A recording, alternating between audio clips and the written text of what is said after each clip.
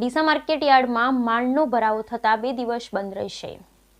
Deesa market યાર્ડમાં માલનો ભરાવો થતાં 2 દિવસ બંધ રહેશે. એક તરફ માલનો ભરાવો અને બીજી તરફ મજૂરોની અછતના કારણે નિકાલ થતો નથી.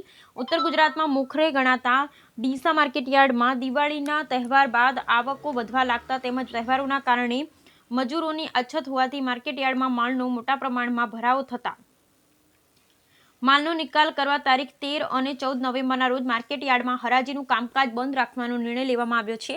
ડીસા માર્કેટ યાર્ડમાં દિવાળીના તહેવારો બાદ મગફળીના મોટા પ્રમાણમાં આવક થઈ રહી છે.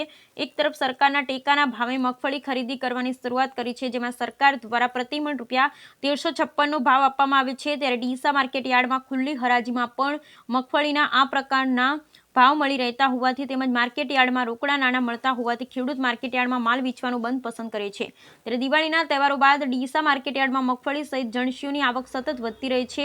જ્યારે બીજી તરફ તહેવારોના કારણે વતનમાં ગયેલ પરપ્રાંતીય અનેક મજૂરો હજુ પરત ફર્યા નથી, જેથી મજૂરોની પણ અછત છે, જેના કારણે માલનો નિકાલ કરવો મુશ્કેલ બની જાય છે.